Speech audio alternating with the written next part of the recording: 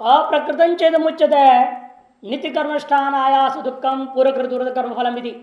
और दूसरी बात यह भी है कि आपने जो बात कहा नित्य कर्मानुष्ठान में जो आयास है तजन्य दुख ही पूर्व जो संचित कर्मों का पूर्वकृत दुरित कर्म का फल है, पाप कर्म का फल है कर्म जन्य दुख। नित्य कर्मों के अनुष्ठान में जो आयास है तजन्य जो दुख वो क्या है, वो अनारब्ध कर्म संचित कर्म में जो पाप कर्म था उसका फल आपने जो कहा यह बिल्कुल अप्रकृत है। तो पूर्व पुस्तक कैसे खत्म, क्योंकि उसे फल देने के लिए शुरू ही नहीं हुआ ना, तैयार नहीं है ना। जब फल देने के लिए तैयारी नहीं है तो उसने फल कहां से दे दी। संचित कर्म किसको कहते हैं, जो कर्म आपके डिपॉजिट में है अंदर जमा है वह अभी फल देने को तैयार नहीं, उसको कहते हैं आप संचित ही ना। जो फल देने को तैयार नहीं है संचित है, आप कैसे कह रहे हो फल दे रहा है अभी, ये दुख उसका फल है। अप्रसूत फल से पूर्वकृत दुरित क्षय नोपपद्यते, क्योंकि जिसने अभी तक फल देने के लिए तैयार ही नहीं हुआ, अप्रसूत फल से क्या पूर्वकृत दुरित पूर्वकृत जितने भी पाप जो संचित है उसका क्षय किसी भी प्रकार से होना संभव नहीं है, नोपपद्यते इति प्रकृतम, ये प्रकृतता, ये आपकी सिद्धांत थी। संचित कर्म को किसी भी प्रकार से आप क्षय नहीं कर सकते, और आप क्या बोल दिए उसके ठीक उल्टा बोल दिए। तत्र प्रसूत फल से कर्मणा फलम नित्य कर्मष्ठान आयास दुखम आहा भवान ना प्रसूत फल से। इसलिए आपने कहा था जो प्रकृत फल कौन है, जिसने प्रारब्ध कर्म रूपेण फल देने के लिए शुरू कर दिया, उनमें जो पाप है वह पाप का ही फल दुख है, ये आपने कहा था। और आप उसका विपरीत बोल रहे हो। प्रकृतम तत्र, इस विषय में प्रकृत क्या था, प्रसूत फल से कर्मण, प्रसूत जन्म फल देने के लिए पैदा हो चुके तैयार हो चुके ऐसा कर्म, कौन कर्म है ये, आरब्ध कर्म। इसे दो प्रकार है ना, संचित कर्म क्या कहेंगे अनारब्ध कर्म, और प्रारब्ध कर्म को आरब्ध कहेंगे। ये जो आरब्ध कर्म का फल नित्य कर्मष्ठान आयास जन्य दुख है, यही आपने पहले कहा था भगवान आह न प्रसूत फल से, अप्रसूत फल वाले कर्मों का यह फल नहीं है, यह आपने स्वयं ही कहा था, और अब उल्टा बोल रहे हो। तब पूर्व पक्षी कहेगा ठीक है यदि ऐसा है तो मैं अपने बात को बदलूंगा नहीं, उसी बात पर टिकाऊंगा। कैसे टिकोगे, तब कहता है प्रसूत फलत्वम अप्रसूत फलत्वम विधि प्राचीन दुर्त गत विशेष अनुपगमाद, नीचानगिरी बोल रहा हूं इसके अवतरणी का अथ के बीच बीच में है। प्रसूत फलत्वम और अप्रसूत फलत्वम प्राचीन दुरितगत विशेष अनुगमा अनुपगमात अविशेषण सर्वसैव तस्य प्रसूत फलत्वात्। ऐसा मानूंगा कि संचित में दो विभाग हम नहीं करेंगे, जो फल देने के लिए तैयार, जो फल देने के तैयार नहीं, ऐसे दो भाग संचित में नहीं किया जाएगा, बल्कि संचित चित्र है पूरा का पूरा सर्वसैव तस्य प्रसूत फलत्वा, सब के सब मिलकर फल देने से मान लिया जाता है। यही आपको योग सूत्र में बड़ा विचार किया व्यास जी ने, इसीलिए एक सूत्र में जन्म के बारे में कर्म का विपाक फल क्या क्या होता है जन्म बताया। तो एक कर्म एक जन्म देगा, ये एक कर्म अनेक जन्म देगा, या अनेक कर्म एक जन्म देगा, या अनेक कर्म अनेक जन्म देगा, या सभी कर्म मिलकर एक जन्म देगा। क्या विकल्प माना जाएगा, क्या व्यवस्था है। एक कर्म एक जन्म देगा ऐसा तो हो नहीं सकता, क्योंकि यहाँ विभिन्न प्रकार के हम भोगते हैं सुख दुख, एक कर्म का सारा फल होगा क्या। तो अनेक कर्म एक जन्म देगा ये भी नहीं कह सकते। अनेक जन्म से एक, अनेक कर्मों से एक जन्म माना जाए फिर तो पुनर्जन्म का प्रश्न खत्म हो जाएगी। वो अनेक का मतलब हम सर्व ले लेंगे, सब मिलकर एक ही जन्म दे दिए, वो एक जन्म होते ही सारा कर्म खत्म हो गया, मोक्ष हो जाएगा। इसीलिए अनेक मिलके एक भी ठीक नहीं, एक ही एक देगा ये भी ठीक नहीं, और एक अनेक देगा ये भी ठीक नहीं। जब एक एक को नहीं दे सकता, एक अनेक कहां से दे देगा विभिन्न प्रकार के जन्मों को। इसे मानना पड़ेगा अनेकों से अनेकों जो जन्म होता है ये भी ठीक नहीं बनता। तो अनेकों को मिल करके एक जन्म ये भी ठीक नहीं। फिर यही कहना पड़ता है जो सभी कर्म है उनमें से कुछ तैयार हो जाते हैं, वो प्रारब्ध हो गया। और जो फल देने को तैयार हो गया और शरीर को दे रहे हैं वो प्रारब्ध कहे जाएंगे। और ऋण जो संचित है उस संचित में फिर दो विभाग कोई करना चाह रहा है उसको खंडन कर पूर्व पक्ष कहते हैं हम दो विभाग नहीं मानते संचित में। प्रसूत फल अप्रसूत फल नाम से संचित में दो विभाग नहीं है। अतएव क्या कहेंगे हम, पूरा का पूरा संचित सर्वस्व दस्य प्रसूत फलत्वा सब के सब मिलकर के फल देने लगे ऐसा मान लिया जाएगा। और वो क्या फल दे रहे हैं, नित्य अनुष्ठान है दुख फलत्व संभवात ना प्रकृतवादिता, इसमें प्रकृति के विरुद्ध में नहीं कह रहा हूं ऐसे पूर्व पक्षी मूल में लौटिए। अतः सर्वमेव पूर्वकृतम दुरिदम तत्प्रसूत फलम एवं मन्यते भगवान। यदि आप ऐसे कहते हो भगवान मन्यते आप मानते हो, क्या मानते हो, संपूर्ण पूर्वकृत सर्वमेव पूर्वकृतम मैंने सारा संचित सब कुछ कर्म मिल करके यह हम जो नित्य कर्म कर रहे हैं इस आयास जनित दुख रूप फल को दे रहे हैं। यदि ऐसा कहते हो ततो नित्य कर्मष्ठान आयास दुख में फलम विधि विशेषणम अयुक्ता, फिर ये भी कहना तुम्हारा ठीक नहीं। नित्य कर्म आयास जन्य जो दुख है वही सकल पापों का फल है। अरे भाई बुखार आ गया इससे दुख हुआ उसका फल नहीं है, वो किस कर्म का फल है? फिर ये भी दुख रूप है, रोग भी दुख रूप है, चोरी दुख रूप है, अन्य चीजें अनेकों हैं जो दुख रूप है, वो सब दुख किसका फल है? क्या पुण्य का फल है? आपने कहा सकल पापों का फल क्या है, नित्य कर्म अनुष्ठान जन्य जो दुख, उस आयास जन्य जो दुख है वो सकल कर्मों पाप कर्मों का फल है। सकल पाप कह दिया आपने, सर्वस्व कह दिया ना, जब सभी पाप का वही फल है वही एकमात्र दुख, तो अन्य जो दुख मिल रहे हैं हमें वो किस पुण्य का फल मिल रहा है? क्या कैसा विशेषण दे रहे, उल्टा खोपड़ी चल रहा है मीमांसकों की, ये कैसे आप व्यवस्था दे सकते हो? ये हो नहीं सकता। ततो नित्य कर्मष्ठान आयास दुख में फलम विशेषण, ये जो विशेषण अगर आप संकोच कर रहे हो ये अयुक्त है। क्यों? नित्य कर विधि आनृत प्रसंग और एक दूसरी दोष भी आएगा, फिर कोई नित्य कर्म का अनुष्ठान नहीं करेगा क्यों, पाप का फल है ना वो। नित्य कर्म विधि का भी व्यर्थतार भी दोष प्रसक्त हो जाएगा, क्योंकि उपभोग नहीं प्रसूत फल से दुर्द कर्मणा क्षपत्य। और सबसे बड़ी बात यह है बुखार आदि अनेक प्रकार के जो दुख हो रहे हैं इसी के द्वारा दुर्द कर्म का फल भोग होकर के क्षय हो जाएगा। उसे कर्म करने की क्या जरूरत है? नित्य कर्म करने के उसको करने से जो होने वाला जो दुख है उस दुख भोग के द्वारा हम संचित के अंदर सकल पापों को क्यों भोगे, नष्ट करें? अन्य प्रकार से भी दुख को झेलेंगे तो अपने आप पाप नष्ट हो जाएगा सारा का सारा। कि पाप का फल दुख है ना, यही दुख ऐसे क्यों व्यवस्था कर, कौन सी श्रुति कह दिया आपको कि भाई सकल पाप कर्मों का फल नित्य कर्म जन्य दुख हो, ऐसे कहाँ बोला है? कौन सी श्रुति स्मृति कोई कहा हो तो बताओ, कैसे ऐसी व्यवस्था दे रहे हो आप? किंच इतना ही नहीं, श्रुत से नित्य दुखम कर्मणश्चेत फलम नित्य कर्म अनुष्ठान आयासा देवत दृश्यते व्यायाम आदिवत तद अन्य से कल्पना अनुपत्ति स्यात्। और दूसरी बात, यदि नित्य श्रुतस्य नित्य से कर्मणा फलम दुखम चेत, यदि नित्य कर्मों का श्रुत माने विहित नित्य कर्मों का फल ये दुख ही मानते हो, फिर तो नित्य कर्म अनुष्ठान आयासा देवत दृश्यते, नित्य कर्म अनुष्ठान का आयास से वह दृष्ट फल माना जाएगा। उसका विधान करने की क्या जरूरत है? दृष्ट फलों का विधि नहीं होता। व्यायाम आदिवत, जैसे व्यायाम आदि के समान, जब व्यायाम करेंगे शरीर में थकान होगा, विलक्षण दुख महसूस होगा, तो वो जैसा है वैसे ये भी है। तद अन्य स्थिति कल्पना पत्ते, किंतु उससे भिन्न किसी अन्य का फल मानना उसको ये उचित नहीं होता। तब पूर्व पक्षी तुरंत पलटता है।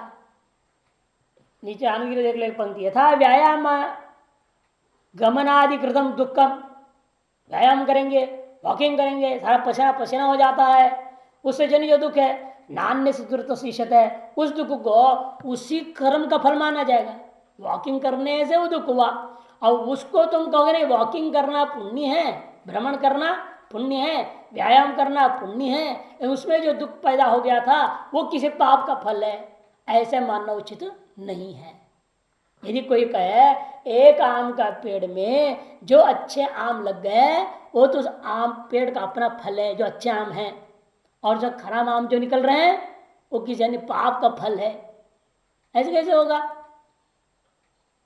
एक चीज से एक व्यक्ति को हो रहा हुआ वस्तु है, उसमें से कुछ को तुम और व्यवस्था कुछ और व्यवस्था दे दो, ये नहीं हो सकता। हमने व्यायाम किया या हमने घूमने गए, उससे हमारी जब पसीना हुई, ये घूमने का फल है, व्यायाम का फल है, न कि पसीना पाप का फल है और व्यायाम पाप का फल नहीं है, ये पुण्य का फल है। वो ऐसी व्यवस्था कैसे आप दे सकते हो? तत्फल संभवात तथा नित्य श्रुत्युक्त अनुष्ठित आयास पर्यंत फलांतर उपगमात, उसका कोई दूसरा फल नहीं माना जा सकता। अनुष्ठान आयास दुख में चेत फलम, अनुष्ठान आयास जन्य दुख ही उसका फल है, तरी तस्मादेव तदर्शनात् तस् न दुर्दफलतम। और इसमें एक और बात उठा दिया अन्विकार, बहुत सुंदर ढंग से बोल रहे हैं, कहते कि देखिए भाई, यदि आप मानते हो नित्य कर्म का फल, हम आपसे पूछते स्पष्ट करो क्या है नित्य कर्म का फल? क्या है? आयास जन्य दुख उसका फल है, आयास जन्य दुख उसका फल है, क्योंकि उससे उत्पन्न होता हुआ दिखाई दे रहा है हमें।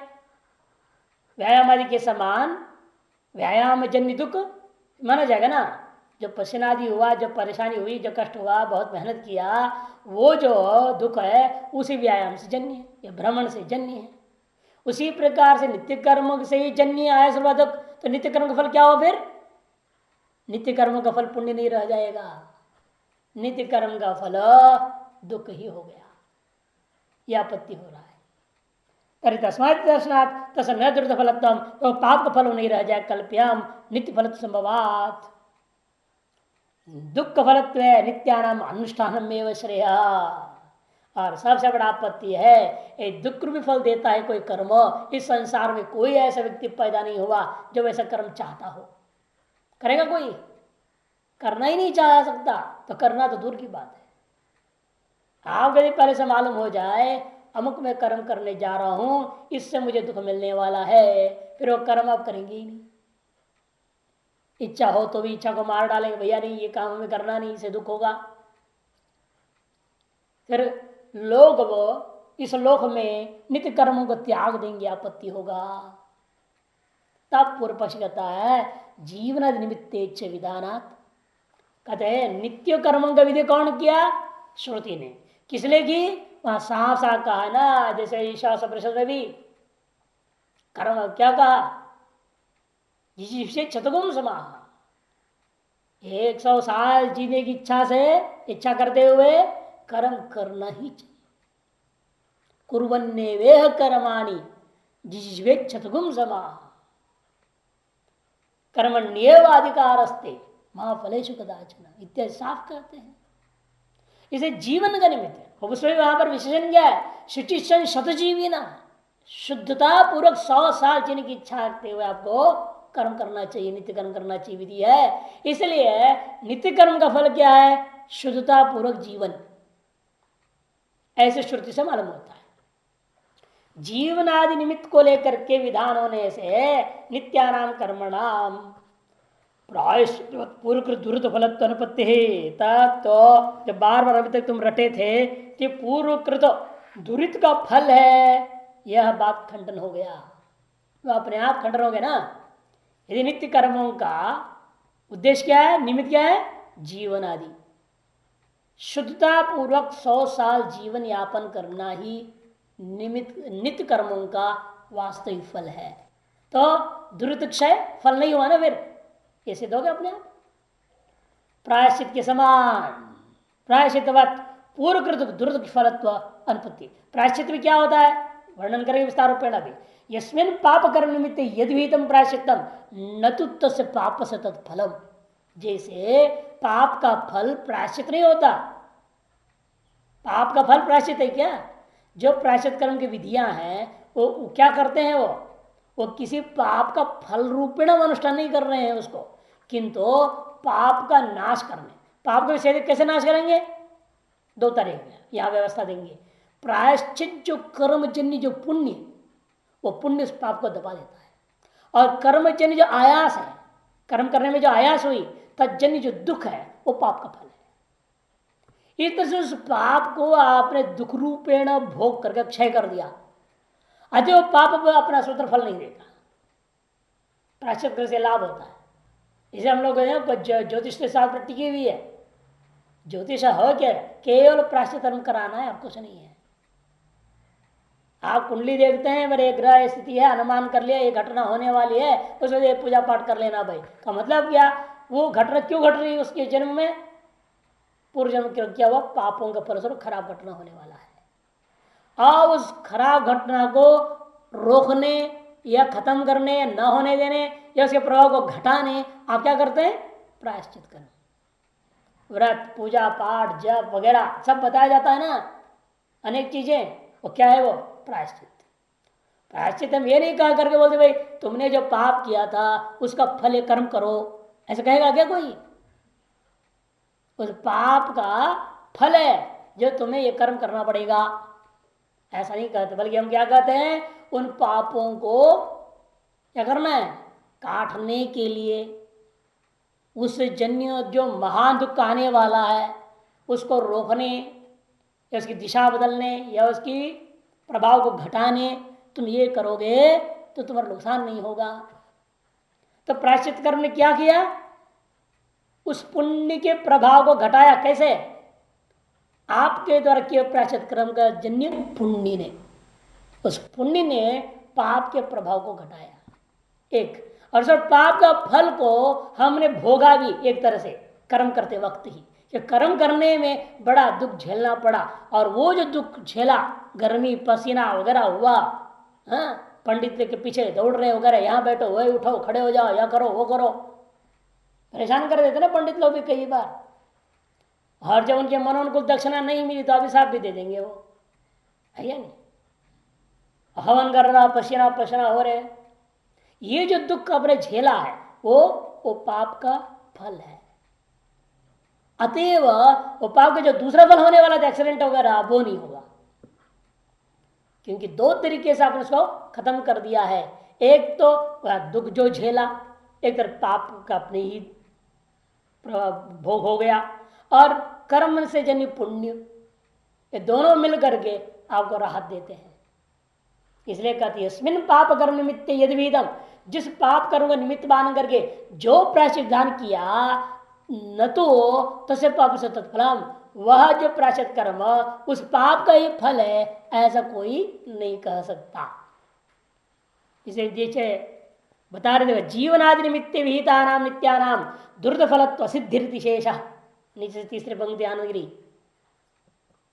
कि ये जीवनादि निमित्त से में विहित जो नित्य कर्म है इसलिए सिद्ध हुआ, और दुरितों का फल नहीं है, दुरित फलत्व असिद्धि ही। तब पूर्व पक्ष कहेगा सत्य प्रायश्चितम निमित्त से पाप से फलम, प्रायश्चित कर्म निमित्त रूपा पाप का फल नहीं होता, ये हम भी मानते हैं, किंतु तद अनुष्ठान आयस दुखम तसे पाप से फलम, उस अनुष्ठान आयस जन जो दुख है वही उस पाप का फल है, ऐसे आशंका करते हुए आगे आरंभ करता है ननु तस्यैव पाप से निमित्त से प्रायश्चित दुखम फलम।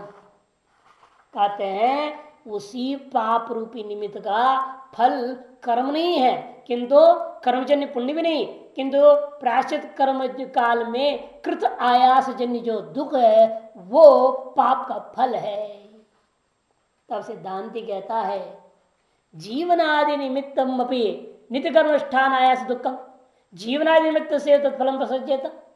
तब आप क्यों मान रहे हो जीवनादि निमित्त से विहित जो नित्य कर्म है उसका फल जीवन है, ऐसे कैसे आपने कह दिया? जिस निमित्त से जो विहित है वह उसका फल नहीं है, ये कहना पड़ेगा ना।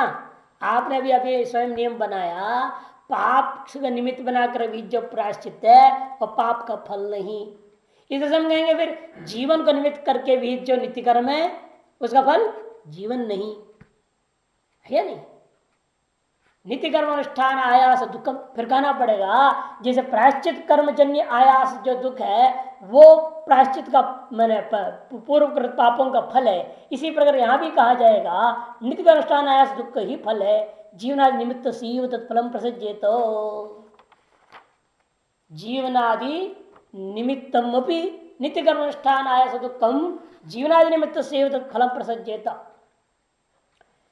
ये जो जीवनादि निमित्त को लेकर के नित्य कर्म का अनुष्ठान आपने किया, तज उस करने में जो आयास जन जो दुख है, वह दुख जीवनादि निमित्त रूपी निमित्त का ही फल है, ऐसा मानना पड़ेगा। यह आपत्ति होगी, क्योंकि फिर एक और समस्या, नित्य प्रायश्चित और नैमित्तिकत्व विशेषा, नित्य कर्म और प्रायश्चित कर्म में कोई फर्क ही नहीं रहा। क्योंकि आप नित्य कर्म का निमित्त मान लेना, जीवनादि निमित्त से नित्य कर्म और अन्य पापों से निमित्त से प्रायश्चित कर्म नैमित्तिक। तो नैमित्तिक कर्म और नित्य कर्म का भेद ही आपने खत्म कर दिया है। ये सबसे बड़ा आपत्ति है। किंच अन्यत, एक और बात, नित्य से कामिस अग्निहोत्रादि अनुष्ठान दुख से तुल्यत्वात्। नित्य कर्म और काम्य कर्म, एक ही कर्म को आप नित्य रूपी अनुष्ठान कर सकते हैं और काम्य भी। जैसे यावत जीवित अग्निहोत्रम जुह्यात, नित्य अग्निहोत्र हो गया। अग्निहोत्रम जुह्या स्वर्ग काम, वही अग्निहोत्र स्वर्ग की कामना संकल्प कर दोगे तो काम्य कर्म हो गया। दर्श पूर्णमासाभ्याम तो स्वर्ग काम भी है, यावत जीवित दर्श पूर्णमासाभ्याम यजेत, ये भी विधि है। तो समस्या यह है, जितनी काम्य कर्मों का विधान हुआ है उनको ही नित्य कर्म रूपेण भी विधान कर दिया है श्रुति ने। फिर नित्य और काम्य में अंतर क्या रह गया? संकल्प आधीन अंतर है। वही कर नित्य काम्य अग्निहोत्रादे है अनुष्ठान आयास दुख से तुल्यत्वात्। अनुष्ठान आयास जनित दुख है, वो दोनों ही बराबर ही होता है, क्योंकि संकल्प में फर्क है, कर्म में तो कोई फर्क नहीं है ना। नित्य कर्म आप नित्य अग्निहोत्र मान के कर रहे हैं, कोई कामना संकल्प में किए बिना, अग्निहोत्र वही है, लेकिन संकल्प में फलाकांक्षा किया तो उसका नाम काम्य पड़ेगा। संकल्प में फलाकांक्षा नहीं किया तो उसी कर्म का नाम नित्य हो गया। क्योंकि कर्म के स्वरूप में नित्य कर्म कहने से कुछ अंग बढ़ते नहीं या घटते नहीं है, और काम्य कर्म कहने मात्र से उसमें न बढ़ते न घटते। आपके संकल्प में फर्क के अलावा और कोई फर्क नहीं है, वहां पर कर्म में कोई फर्क नहीं है। अनुष्ठान आयास दुख से तुल्यत्वाद, अतएव जब अंग न बढ़ रहे न घट रहे, अनुष्ठान करने में जो आयास हुआ तज्जनि दुख समान हो जाएगा। तो नित्यानुष्ठान आयास दुखम एव पूर्वकृत फलम न तो काम अनुष्ठान आयास दुख विशेष नास्ति। अतएव नित्य अनुष्ठान आयास जन्य जो दुख है वह पूर्वकृत दुरित का फल है, और काम अनुष्ठान आयास जन्य जो दुख है वह पूर्वकृत दुरित का फल नहीं है। ऐसी व्यवस्था आप नहीं कर सकते, बल्कि हम ये कह देंगे वह भी पूर्वकृत दुरित फलम प्रसज्जेत, तदपि पूर्वकृत दुरित फलम प्रसज्जेत, वह भी पूर्वकृत दुरित का ही फल है, ये प्रसक्त हो जाएगा। तथा च सती नित्यानाम फल श्रवणात्, तब तो नित्यों का फल अश्रवण होने से तद विधान अनुतानपत्यश्च नित्य अनुष्ठान दुखम पूर्वकृत फलम यदि अर्थापत्ति कल्पना अनुपन्ना। इसीलिए ये जो आपने पहले अर्थापत्ति से कल्पना किए थे कि नित्य कर्मों का कोई फल विधान नहीं है, श्रवणात् तद विधान अन्यथानुपत्यश्च, फल का श्रवण न होने से उसको हम उस नित्य कर्मों का विधि अनुपन्न हो जाएगा, अन्य प्रकार से उत्पन्न नहीं हो सकता। अतएव कुछ फल हमें कल्पना करनी पड़ेगी उसकी भी। तो क्या कर्म का फल आपने कल्पना किया? आयास जनित दुख को नित्यानुष्ठान दुखम पूर्वकृत दुरित फलम यदि अर्थापत्ति कल्पना, यह जो अर्थापत्ति कल्पना फल की कल्पना कर लिया, यह उचित नहीं होता। क्योंकि एवं विधान अन्यथानुपत्य है, अनुष्ठान आय दुख व्यतिरिक्त फलत्व अनुमानाच नित्यानाम, बल्कि इस प्रकार के अन्यथानुपत्ति प्रमाण को हम अनुमान से खंडन कर देंगे कि अनुष्ठान आयास दुख से भिन्न फल भी हम अनुमान कर सकते हैं। वो अनुमान विधि यदि आनंद भी अर्थापत्ति विद्या आनंद गिरी तीसरी पंक्ति से विहितानि तावत् नित्यानि, नित्य कर्म तो विधान किया गया। नचतेषु फलम श्रुतम, लेकिन उनमें कोई फल सुना नहीं है। नच बिना फलम विधि, और फल के बिना विधि का कोई पालन नहीं करेगा। तीन, इसी वजह से दुर्त निभरणार्थानि नित्यानि, इसे मानना पड़ेगा दुर्त कर्मों का नाश क्षय करने के लिए उसका भोग हेतु ये नित्य कर्मों का विधान हुआ है। ऐसा अर्थापत्य कल्पित न चा युक्ता, लेकिन ठीक नहीं। काम अनुष्ठान अभी द्रुत निवृत्त संभवात, काम्यों का अनुष्ठान में भी फिर द्रुत कर्म पापों का फल माना जाएगा, वहां जो आयास जनित दुख होगा। किंच अनुमान क्या है, नित्यानि अनुष्ठान आयास दुख का अतिरिक्त फलानी। नित्य कर्म कैसे हैं, अनुष्ठान के आयास जनित दुख फल से भिन्न फल वाले हैं। क्यों, विहितत्वात् काम्यवत, विहित होने से काम कर्म के समान ऐसा अनुमान होगा। अतः दुर्द निवृत्ति फल नहीं है नित्य कर्मों का, ये सिद्ध कर दी। इतना ही नहीं, विरोधाच्छ, एक और हेतु समझा रहे हैं। विरोधाच्छ क्या विरोध है, वृद्धं चेद मुच्यते, क्योंकि आपके अपने सिद्धांत में यह परस्पर विरोध कथन हो जाएगा। कैसे, नित्य कर्मणि अनुष्ठीयमाने अन्यस्य कर्मण फलम बुज्यते इति। देखो, आप एक कर्म का अनुष्ठान करने से क्या कर रहे हैं, एक कर्म का अनुष्ठान जो हम कर रहे हैं, यह कर्मानुष्ठान क्या चीज है, अन्य कर्म का फल है बोल दिया आपने। ये सबसे बड़ा गड़बड़ है, समस्या होगी। कोई भी कर्मानुष्ठान करो, हम क्या कहेंगे फिर, ये भी किसी कर्म का फल है। माने एक कर्म दूसरे कर्म का फल बनते जाएगा। अभी जो अनुष्ठान कर रहा हूं किसी कर्म का फल है, और ये जो अनुष्ठान कर्म इसका फल कोई और होगा। ये कर्म का जाल बिछ जाएगा। वही कह रहे हैं, नित्य कर्म अनुष्ठीयमा, नित्य कर्म अनुष्ठान किए जाने पर वह अन्य से कर्म फलम बुझत, अन्य कर्म फल भोग कर रहा है, यदि अभ्युपगम में माने, ऐसा स्वीकार किए जाने पर सएव भोगो नित्य से कर्म फलम यदि नित्य कर्म फलाभावित वृद्धम, फिर तो वह जो भोग है, किसी भी कर्म का फल भोग कर रहा है आपने कह दिया, तो एक तरफ कह रहे हो नित्य कर्म का कोई फल नहीं होता, और दूसरी तरफ कह रहे हो नहीं नहीं भाई नित्य कर्म जो है अन्य कर्म का फल भोग हो रहा है। दोनों विरुद्ध हुआ कि नहीं हुआ। नित्य कर्म को अन्य कर्म का फल भोग मानना एक तरफ, और दूसरी तरफ कह रहे हो नित्य कर्म का कोई फल नहीं। विरोध हो गया कि नहीं हो गया। विरुद्धम उच्यते किंच, इतना ही नहीं, काम्य अग्निहोत्रादो अनुष्ठीयमाने नित्यमपि अग्निहोत्र तंत्रेण अनुष्ठितम भवति। आपकी मीमांसा दर्शन में 11वां अध्याय का नाम है तंत्राध्याय। तंत्राध्याय में विचार किया गया, मान लो व्यक्ति कोई काम्य कर्म करना चाह रहा है, तो नित्य कर्म अलग से करना चाहिए क्या कि नहीं करना चाहिए। अब जैसे संध्या वंदन है, आपको कोई हवन करनी है, यज्ञ कर रुद्र याग कर रहे हैं मान लो, और संध्या वंदन अभी तो पहले सवेरे उठ के कर ही लिया, फिर रुद्र याग में भी संध्या वंदन करना पड़ेगा ना, अलग से करना है कि नहीं करना। नहीं, भाई आप बल्कि सवेरे करो ही मत। रुद्र याग का अंगभूतेन जो आप करोगे संध्या वंदन, उसी से नित्य संध्या वंदन मान लिया जाता है, अलग से करने की जरूरत नहीं। इसे कहते तंत्र संयोग पृथक्त्व न्याय। एक पंथ दो काज कहते हैं ना हम लोग हिंदी में कहावत, एक पंथ दो काज। एक पत्थर फेंका, दो आम गिर गया, डबल फल हो गया ना। वैसे ही आपने एक बार संध्या की काम्य कर्म का अंग रूपेण, उससे नित्य के लिए भी काम हो गया। तो नित्य कर्म कर दिया आपने, तो भी वह काम्य का अंग रूपेण उसको स्वीकार कर लिया जाएगा। दो बार करने की जरूरत नहीं है, एक बार से दोनों की व्यवस्था हो जाती है। जैसे कई लोग होते हैं एक बार खाना खा लेते हैं इतनी, तो 24 घंटे का काम चल जाता है, जरूरत नहीं उनको दोबारा खाने। सवेरे शाम दोनों टाइम एक साथ समेट लेते हैं, ऐसे महारथी लोग हैं। तो वैसे यहाँ पर एक बार आपने कर्म कर दिया, उसी से नित्य और काम्य दोनों की व्यवस्था बन जाती है। ऐसे आपके ही दर्शन में ये सिद्धांत दिया गया तंत्र नामक अध्याय में।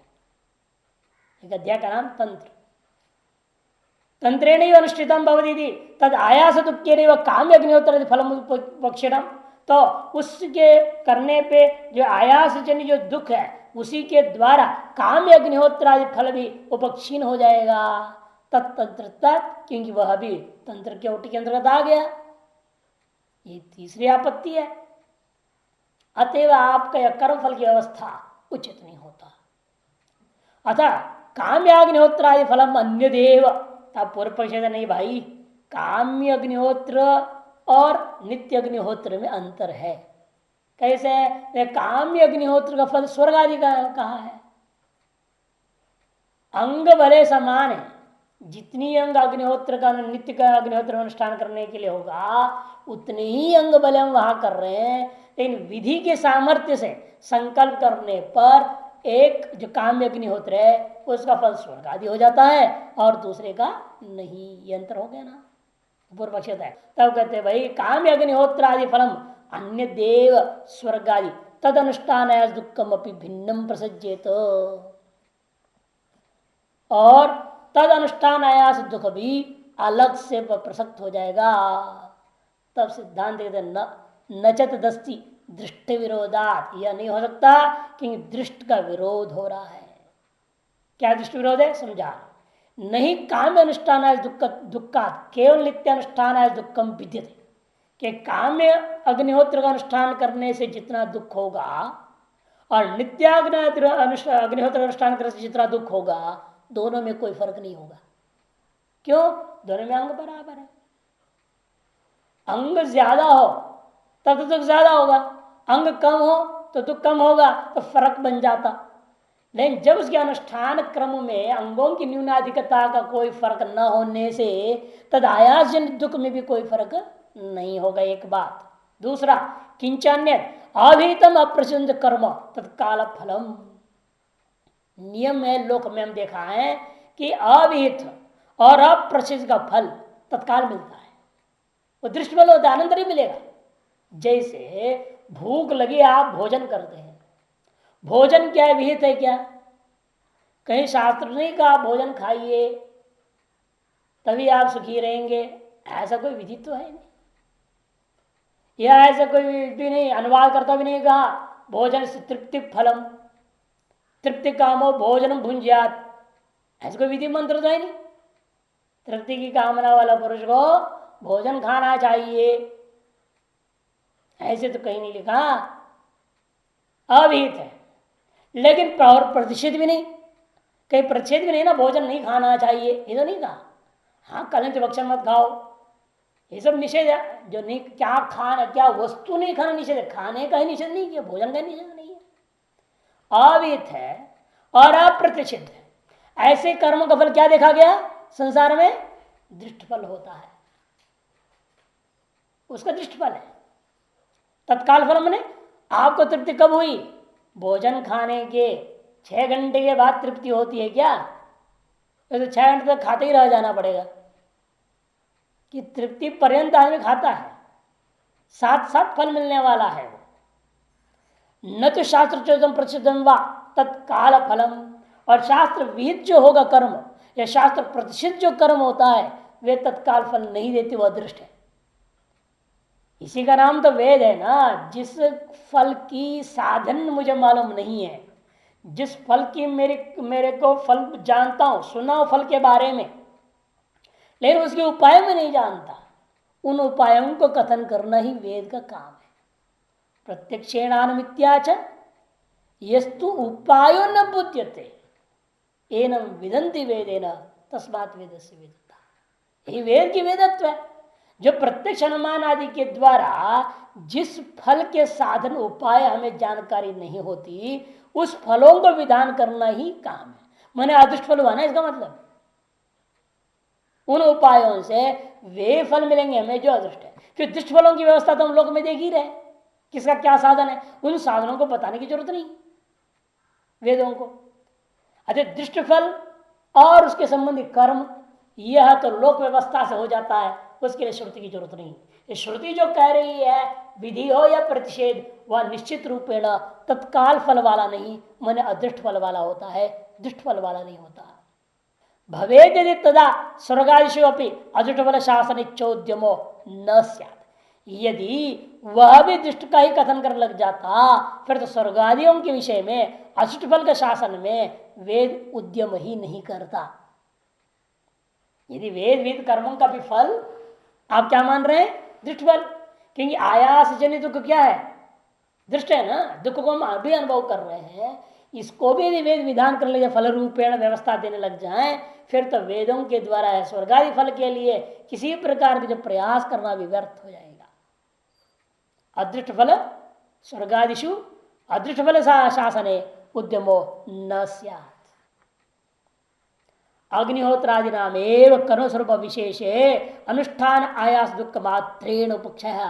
क्योंकि अग्निहोत्रादियां जो कर्म स्वरूप का अविशेषता, नित्य नैमित्तिक काम में कर्म का स्वरूप में कोई फर्क नहीं रह गया, तो अनुष्ठान है जन दुख रूपा जब फल के द्वारा ही वह अग्निहोत्र कर्म यहीं पर दुष्ट फल देकर क्षय हो गया। तो काम्यानांच स्वर्गादि महाफलत्म अंगेतिकृता आदि आधिक्यतु असति। क्योंकि बिना अंगों की अधिकता या न्यूनता माने ही आप काम्य कर्मों का स्वर्ग आदि महाफल की कल्पना नहीं कर सकेंगे। फल कामित्व मात्र नीति न शक्यम कल्पयितुम। केवल संकल्प में कह दिया स्वर्ग प्राप्ति अर्थम, इतने मात्र से फल हो जाए, बदल जाए, ऐसा नहीं हो सकता।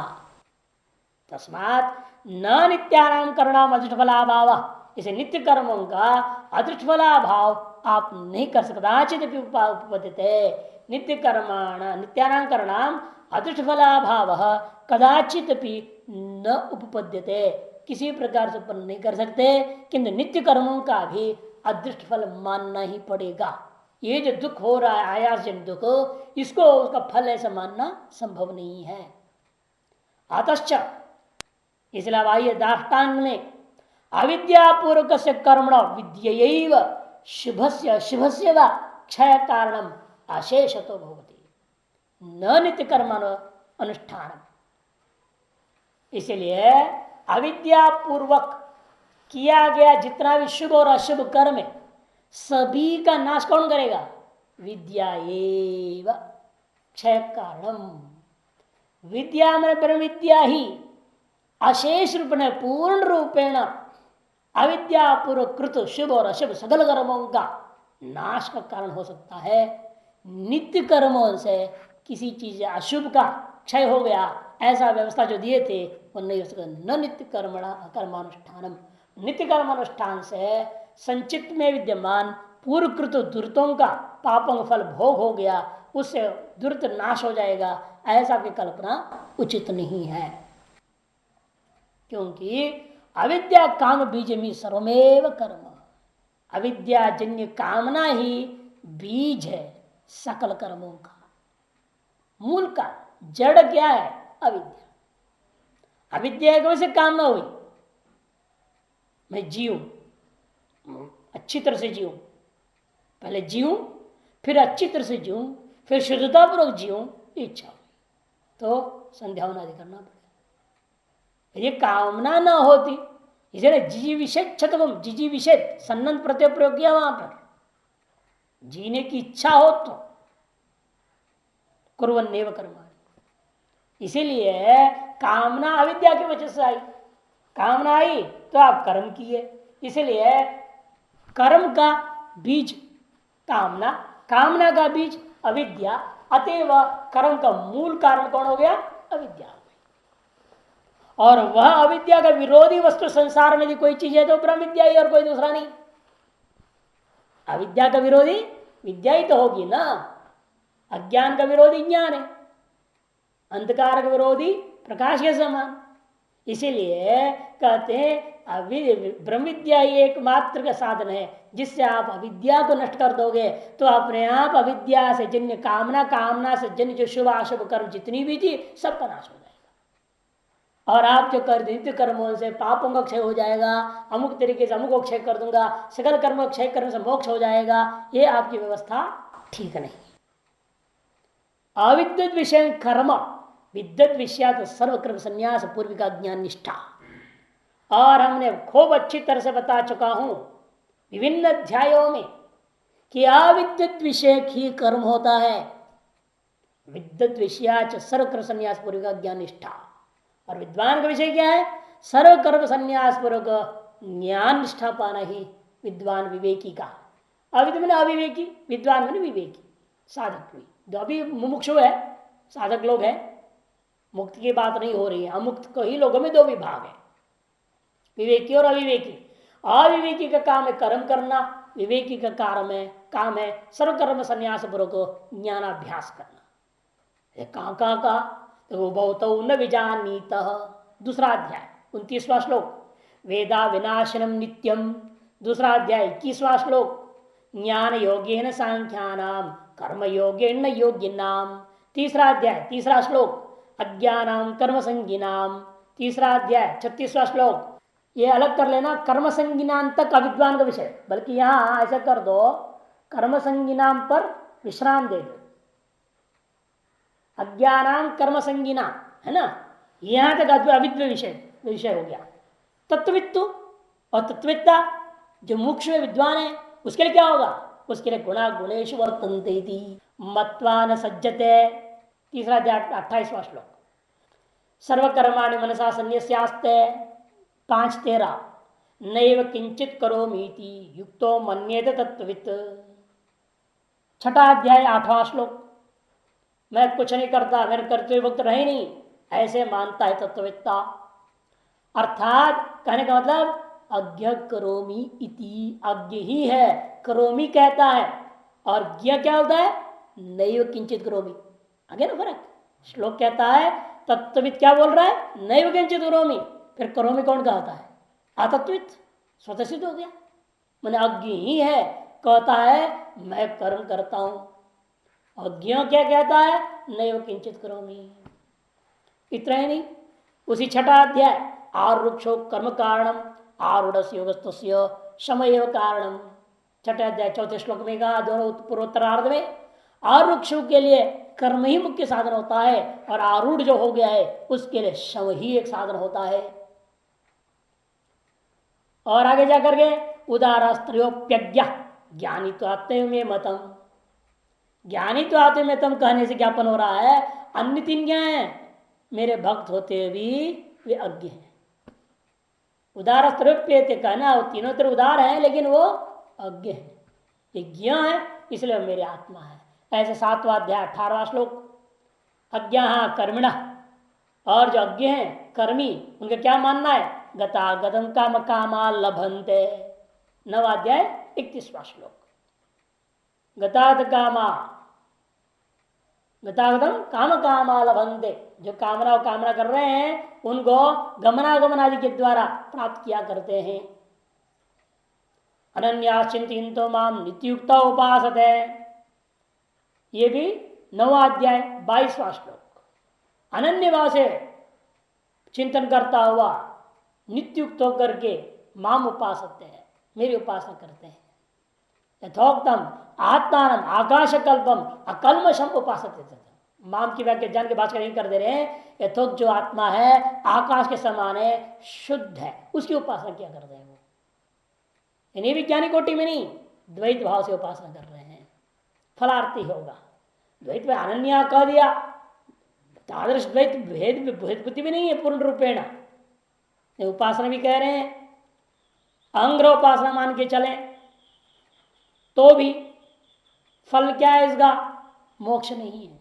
आगे कहेंगे, देखिए ददाम बुद्धि योगम तम ये न मम उपयांति ते, 10वां अध्याय 10वां श्लोक, अर्थात न कर्मिणो अज्ञ उपयांति, इसका मतलब जो कर्मी है अज्ञ है वह कभी भगवान को प्राप्त नहीं करते, इसका अर्थ हुआ। भले ही भगवान के द्वारा विहित कर्मों को कर रहे, वेद विहित कर्मी है तो भी मोक्ष नहीं पा सकते, भगवान को प्राप्त नहीं करते। ये कैसे ज्ञान हुआ आपको, भगवत कर्म कारिण ये युक्त तमापि कर्मिण, भगवान की वेदों के द्वारा विहित कर्मों को ही करने वाले वे लोग हैं। युक्त तम है, सर्व साधन संपन्न है, शास्त्रविद सकल शम दम तितिक्षा से युक्त है, लेकिन कर्मी है अज्ञा, ते उत्तरोत्तर हीन फल त्यागावसान साधना, किंतु उनको क्या मिलेगा, उत्तरोत्तर हीन फल, उत्तरोत्तर हीन, ऐसे का फल त्याग पर्यंत, फल त्याग अवसाना।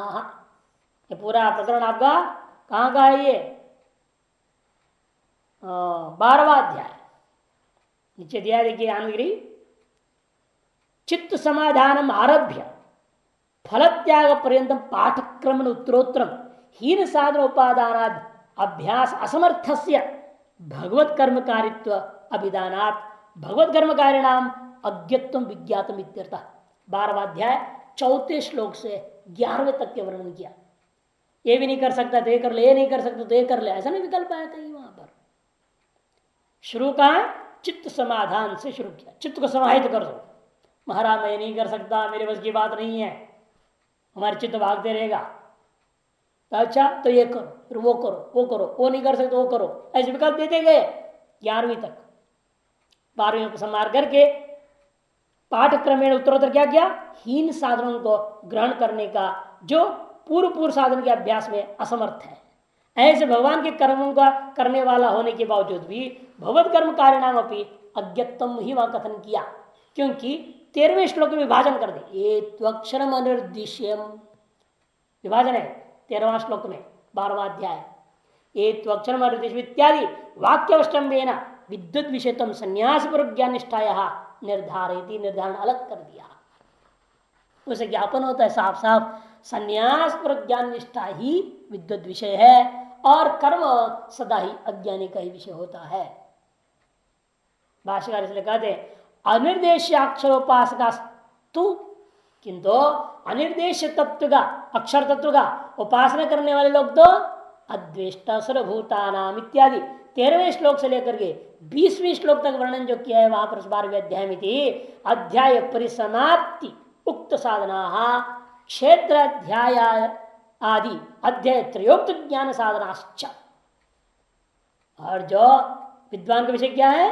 12वें अध्याय का 13वें श्लोक से लेकर के उस अध्याय की समाप्ति और 13वां अध्याय, 14वां अध्याय, 15वां अध्याय, 13, 14, 15 ये 3 अध्याय, लगभग 3.5 अध्यायों में कहा हुआ बात सब लागू होता है विद्वानों के ऊपर, विवेकियों के लिए।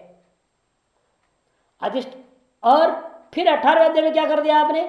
अधिष्ठान आदि पंच हेतु, पता है ना, अधिष्ठानम को प्रज्ञाता इत्यादि, ये जो अधिष्ठान आदि पंच हेतु को सर्वकर्म संन्यासी नाम आत्मैकत्व अकर्तृत्व ज्ञानवदाम परस्याम ज्ञान निष्ठायाम वर्तमान नाम भगवत तत्वविदाम अनिष्ठादिकर फलत्रयम परमहंस परिव्राजका नाम एव लब्ध भगवत स्वरूपात्मैकत्व शरणानाम न भवति।